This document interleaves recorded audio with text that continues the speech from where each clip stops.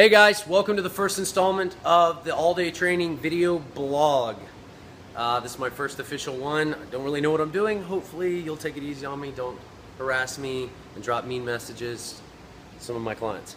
But when I decided to start the video blog, I tried to figure out what would be good topics to address. And there's so many out there that I could come up with. And one of the first ones that came to mind was reasons both my clients in and out of the gym, people who aren't clients, give me for not starting an exercise program. Or maybe they've started an exercise program, maybe they're training with me or Jimmy or Travis, and they just are missing workouts, and they're giving us numerous reasons why they're not working out. And the number one reason we get, if you ask any one of my coaches, is I don't have time. And in this day and age, it's just the world we live in, is we don't have enough time to do anything. And so people constantly tell us, I just don't have enough time, I can't fit you in my schedule, or I can't fit a workout into my schedule, and they don't make fitness a priority. Guys, fitness is so important in your life that your body's the only thing you keep your entire life. Friends, family, people will come and go, jobs,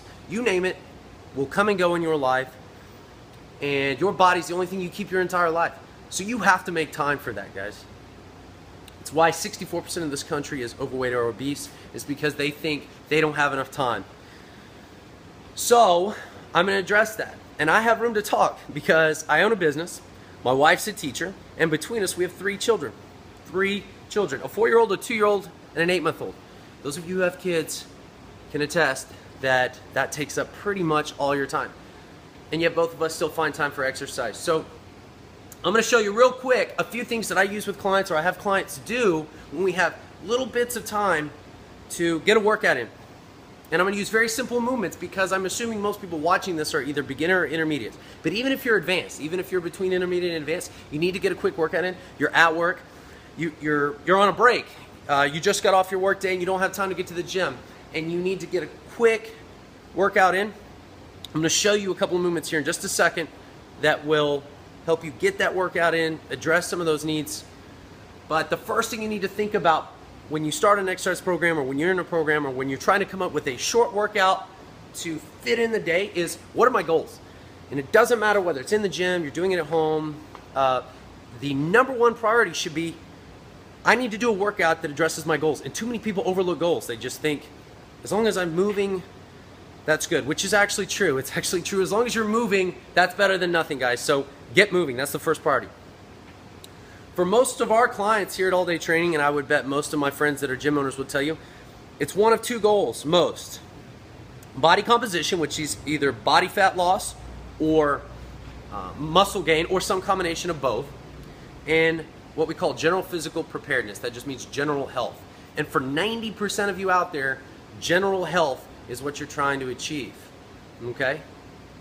And so if general health, meaning basic aerobic fitness, you've got a strong cardiorespiratory system, good strong musculoskeletal system, good connective tissue, muscular strength, bone density, a raised metabolism, all these things encompass just general health, being healthy.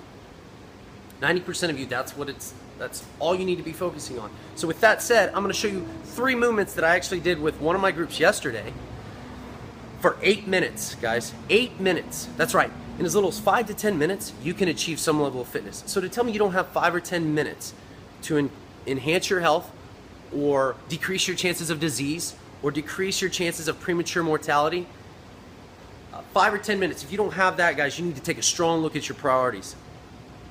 Okay, so I'm going to show you 3 movements. The first movement is the burpee. The second movement is the body weight squat. And the third movement is the mountain climber. The burpee, everybody's heard of the burpee. Everybody, if anybody's ever seen that shirt that says Buck Furpies, you can guess what the 2 front letters should be replacing. Nobody likes a burpee, guys, especially if you've ever done a workout before. But let me tell you why. Because a burpee is hands down one of the best exercises you can do to improve your overall fitness. In fact, if I had one exercise I could pick for my clients, just one exercise that they could do every day, and it was the only one they could do to enhance their health or stay fit for life, it would be a burpee. Most of my clients hate hearing that, but it's the truth. It requires a ton of upper body strength, hip flexor strength, and it's an unbelievable conditioning tool. Everybody dreads them because it's really good for you. The second movement, the bodyweight squat, a very overlooked movement, also one of the most important movements you can do in the gym, but also one of the movements that are done wrong the absolute most. I think most of my trainer friends would agree that the squat is done so often, so wrong. So I'm gonna give you in a nutshell, very briefly, what that looks like, and then the mountain climber. So the first one is the burpee. You're gonna put your hands on the floor, you're gonna put your whole body on the floor, lie down flat, and then in a very explosive motion, you're gonna push yourself up off the floor, bring your feet underneath you, and jump in the air at the end. Okay? Sounds easy enough. I promise you guys, you do a handful of these, you will be so wrong. So the second movement is the bodyweight squat. You're gonna set your feet about shoulder width apart.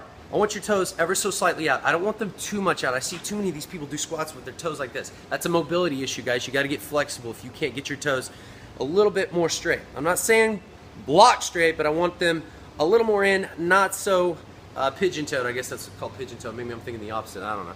But with that, I want your knees to track in the same direction as your toes. I see a lot of people doing squats like this. Guys, this is a no-no. Your knees should not be diving in when you do a squat. That's a no-no. That's also a mobility and a weakness issue in the hips. And if you have problems there, you need to get with a trainer, somebody that can help you get in the right position. But if you don't have any musculoskeletal problems, you've consulted your physician, guys, an air squat is an unbelievably effective movement to do because it affects so many large muscle groups. Another thing I see is this collapsed torso. Guys, you cannot collapse your torso. You got to keep your shoulders upright and keep that spine completely neutral. All right? Well, some of you are asking, well, if I'm getting my hips back, how do I keep my torso upright? Well, what I tell a lot of my clients, and even myself I do when I'm doing a bodyweight squat, is I pick my arms up to the front.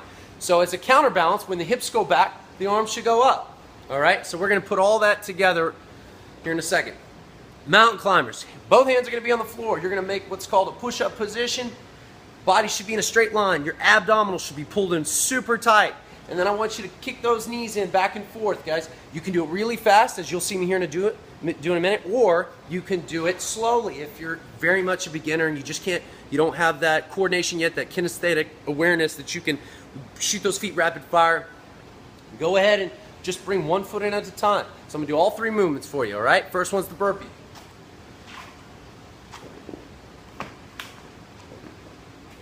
You can do that movement slower, guys. If you want to just lie down, that's fine. Just don't flop on the floor like a fish.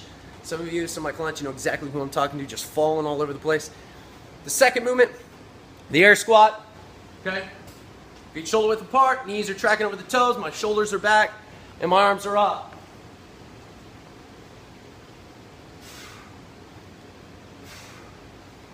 From the front, so you can see the knees tracking correctly.